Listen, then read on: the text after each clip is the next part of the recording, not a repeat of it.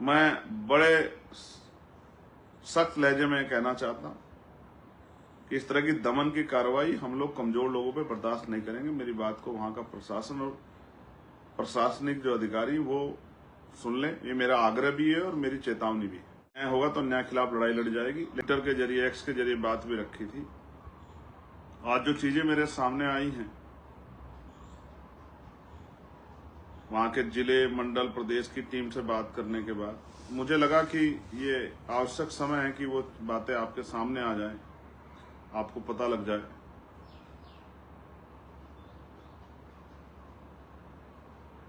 और ये एक सोचने का भी विषय है जिस पे आप मेरी बात खत्म होने के बाद गहराई से सोच लेना। प्यारे साथियों, अभी कुछ दिन पहले हम लोगों ने बाबू जगजीवन राम की जयंती, राष्ट्रपिता ज्योतिबा फूले जी की जयंती, मान्यवर बीपी मंडल जी की पुण्यतिथि और भारत रत्न डॉक्टर बाबा साहब अम्बेडकर की जयंती का कार्यक्रम किया।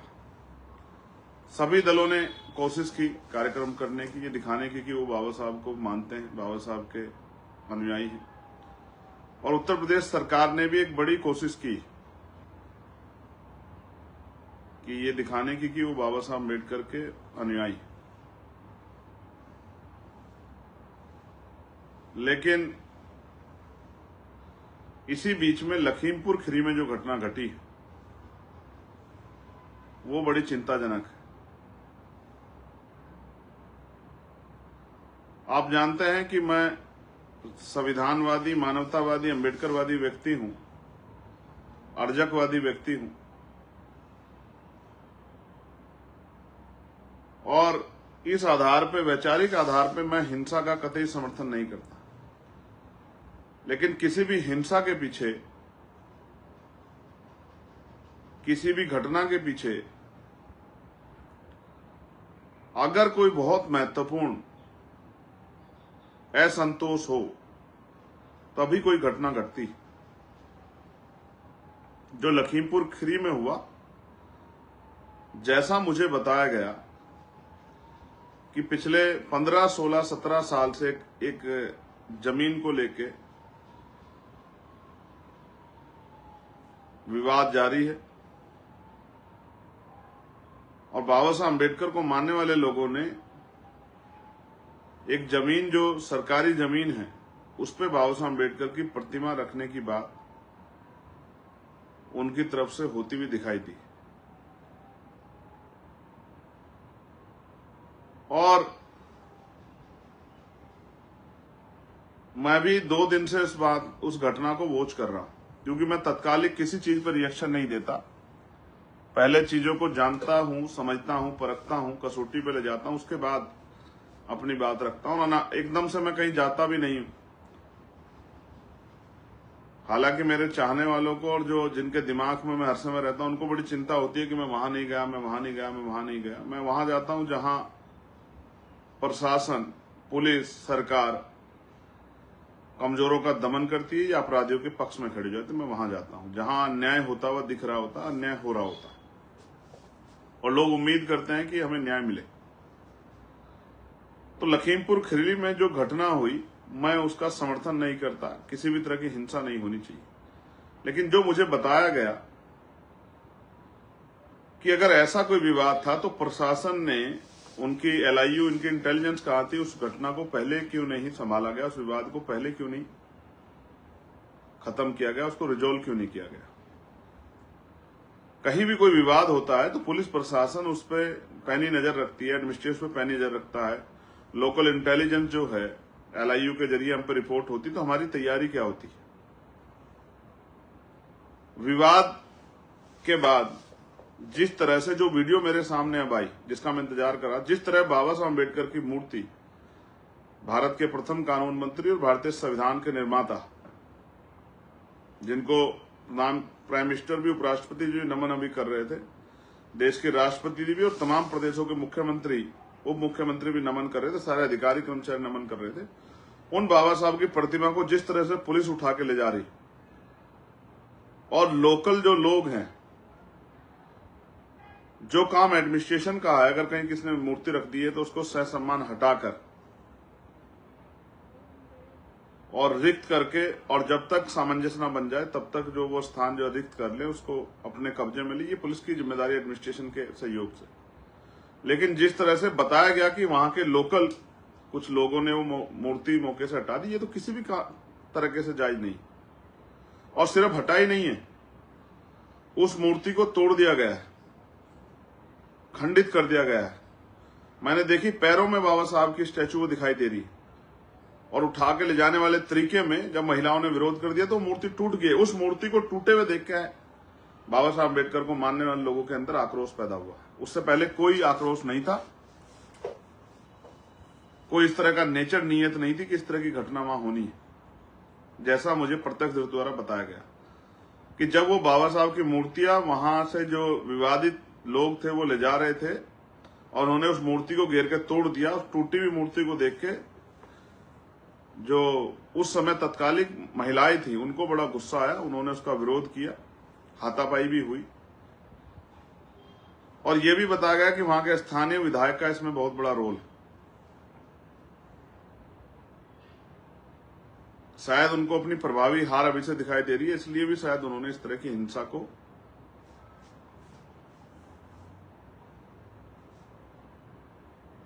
स्वरूप दिया है, और वो उस क्षेत्र को हिंसा में झोंकना चाहते हैं।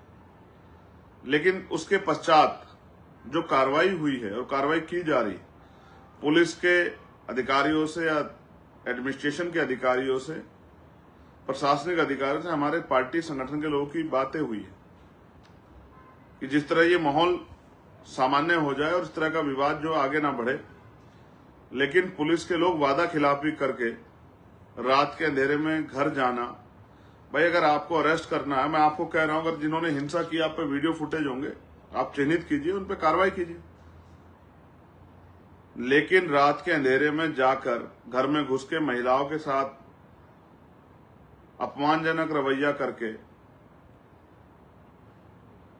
महिलाओं को गालियां देके कौन सी कानून व्यवस्था बहाल की जा रही है, जिस तरह की चीजें मुझे बताई गई, ये बहुत चिंताजनक है। और इससे मेरे नहीं, मेरे जैसे हजारों करोड़ों लाखों लोगों के लिए जो भारत में रहते हैं, उनके अंदर ये गुस्सा पैदा होगा, आक्रोश पैदा होगा, जिस तरह की कार्रवाई पुलिस वहां कर रही है। मैं इस वीडियो के माध्यम से प्रदेश के मुख्यमंत्री जी से मांग करता हूं कि वो न्याय कराएं, और प्रशासनिक अमले से, पुलिस के अधिकारियों से कहता हूं कि वो जांच कराएं, वहां के पुलिस के अधिकारी किन नेताओं के साथ लगातार फोन के टच में थे और किन के इशारे पे सब चीजें की गई। और जिस तरह की अब कमजोर वर्गों में भय पैदा करने की, मैं नहीं कह रहा हूं, अखबार लिख रहा, आप पढ़ लो अखबार, कि लोग पलायन कर गए, लोग घरों में नहीं है, जिनका कोई विवाद से मतलब नहीं था, जाति के आधार पर आप लोग कार्रवाई कर रहे हो, वो लोग गांव छोड़ के चले गए, ताले लग गए, उनके पशु बेसहारा हो गए। अब गाय माता की बात करते हैं, वहां उनके पशु गाय भैंस जो हैं वो परेशान हो रहे हैं, उनको पीने के लिए पानी नहीं है, उन पर चारा नहीं, क्योंकि आपने भय का माहौल बना दिया। 2, 4, 10 लोगों ने अब वो किया होगा, हिंसा में शामिल होंगे, वो भी कोर्ट तय कर देगा। लेकिन आप जानबूझ के जाति को टारगेट करके, एक समाज को टारगेट करके जिस तरह का हिंसात्मक कार्रवाई आप कर रहे हैं, दंडित कार्रवाई आप कर रहे हैं, ये चिंताजनक है। जिस तरह की मारपीट आप कर रहे हैं, मुझे जिस तरह बताया गया कि लोग अपने नल को पानी लेने नहीं जा पा रहे हैं क्योंकि पुलिस उनके साथ मारपीट कर रही है, महिलाओं के साथ अपमानजनक रवैया कर रही है, और लगातार मेरे पास मैसेज, कॉल सारे प्लेटफॉर्मों पे वहां से हैं। मैं बड़े सख्त लहजे में कहना चाहता हूं कि इस तरह की दमन की कार्रवाई हम लोग कमजोर लोगों पे बर्दाश्त नहीं करेंगे। मेरी बात को वहां का प्रशासन और प्रशासनिक जो अधिकारी वो सुन लें, ये मेरा आग्रह भी है और मेरी चेतावनी भी है। आप अपराधियों पे, आरोपियों पे कार्रवाई करो, और आपका काम डंडे मारना नहीं है, किसी को, किसी के घर का सामान तोड़ना नहीं है। जो वीडियोज हमारे पास आई, घर का खाट तोड़ दिए, वॉशिंग मशीन तोड़ दी है, मोटरसाइकिल तोड़, जो आपने हिंसा कर दी, इसका जवाब कौन देगा? हमारे लोग कानूनी कार्रवाई में कमजोर है, वरना ऐसे सब अधिकारियों के खिलाफ मुकदमे दर्ज कराने चाहिए जिन अधिकारियों ने घर में उसके तोड़फोड़ की है। किसने अधिकार दिया आपको? आप कोर्ट हैं? कोई काम पे से आप उसको उठा ले गए, लोग रो रहे हैं, परेशान हैं, पुलिस वादा करके मदद नहीं कर रही है, प्रशासनिक अधिकारी मदद नहीं कर रहे हैं, फिर मजबूरी में मैं उधर आऊंगा तो फिर कहेंगे कि नहीं साहब आप मत आइए, ये ठीक नहीं है, इससे माहौल खराब हो जाएगा, गुस्सा, लोग आक्रोश होगा, इकट्ठे होंगे, जब आप अच्छा काम नहीं कर रहे हो। मैं आपसे कह रहा हूं कि जिन लोगों ने अपराध किया है, जितना अपराध किया, आप उन पर कार्रवाई कीजिए, मुझे इससे कोई दिक्कत नहीं। चयनित कीजिए, चिन्हित कीजिए, कार्रवाई कीजिए, लेकिन उसके सिर्फ इसी आधार पर आप समाज को पूरे टारगेट करके महिलाओं को मार पीटा करेंगे, गालियां देंगे, घर में घुस के बच्चों के साथ अपमानजनक रवैया करेंगे, लोगों को पीटने का काम करेंगे, बुजुर्गों को मारपीट करने का काम करेंगे और लोग वहां से पलायन करेंगे, तो ये हम लोग बर्दाश्त नहीं करेंगे। इसलिए मुझे आज लाइव करना पड़ा और मैं विश्वास दिलाता हूं लखीमपुर के साथियों को, जो लोग निर्दोष हैं उन पर कोई कार्रवाई नहीं हुई। अगर उनके साथ गलत हुआ तो हम लोग वहीं आके धरना देंगे, इस बात का मैं आपको विश्वास दिलाता हूं। और आप जानते हैं मैं झूठ नहीं बोलता हूं और वादा भी झूठा नहीं करता।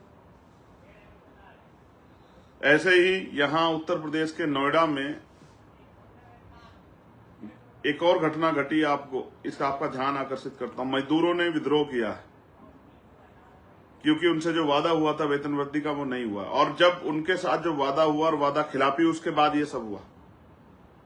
और फिर मैंने जो कल जो वीडियो देखी, डरावनी थी कि बेटियों को पीटा जा रहा है, जेंट्स पुलिस जो है, मेल पुलिस के जवान थप्पड़ मार रहे हैं, लाठी मार रहे हैं, लात मार रहे हैं। ये उत्तर प्रदेश है, ये मुख्यमंत्री जी आपकी कानून व्यवस्था है, ये है बेटियों के साथ का सम्मान, यही है नारी वंदन जो आप लेके आए हैं, केंद्र की सरकार आपकी।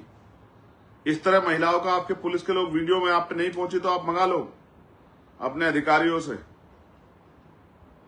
किस तरह सरेआम लात मारी जा रही है बेटियों को, जेंट्स पुलिस, मेल पुलिस द्वारा डंडे मारे जा रहे हैं, थप्पड़ मारे जा रहे हैं, मुक्के मारे जा रहे हैं। ये है कानून व्यवस्था, ये है आपका अपराध रोकने का तरीका। अपराधियों को तो रोक नहीं पाते, अपराधियों आप सरेंडर कर जाते हो, लेकिन इस तरह की हिंसा की जा रही है। निर्दोष लोगों को जेल भेज दिया है, जिन परिवारों को, दूसरे प्रदेशों के परिवार के लोग जो यहां काम कर रहे थे, किसी का बेटा, किसी की बेटी, उनको आपने जेल में भेज दिया है। वो आपको आई कार्ड दिखाते रहे कि साहब हमारा तो कोई दोष नहीं, हम तो आज काम पे आए, लेकिन आपने, क्योंकि आपको खाना पूर्ति करनी है, संख्या बढ़ानी है, आपने जेल भेज दिया है। उन परिवारों को क्या बीतरी होगी? मैं अपनी पार्टी के लोगों से कहूंगा, नोएडा के जो हमारे सीनियर लोग हैं, कि वो लोग जिम्मेदारी उठाएं और ऐसे जो निर्दोष लोग जिनको जेल भेज दिया गया है उनसे मिलें और उनकी बेल कराने का काम करें, और जो पुलिस दंडात्मक कार्रवाई कर रही है, हिंसात्मक, उसको भी रोक लगाने का काम करें। और वहां भी जो प्रशासनिक और पुलिस के अधिकारी जिनकी लापरवाही से लखीमपुर की घटना घटी, क्योंकि लिखा गया अखबार ने, अगर पुलिस समझदार दिखाती तो नहीं होता।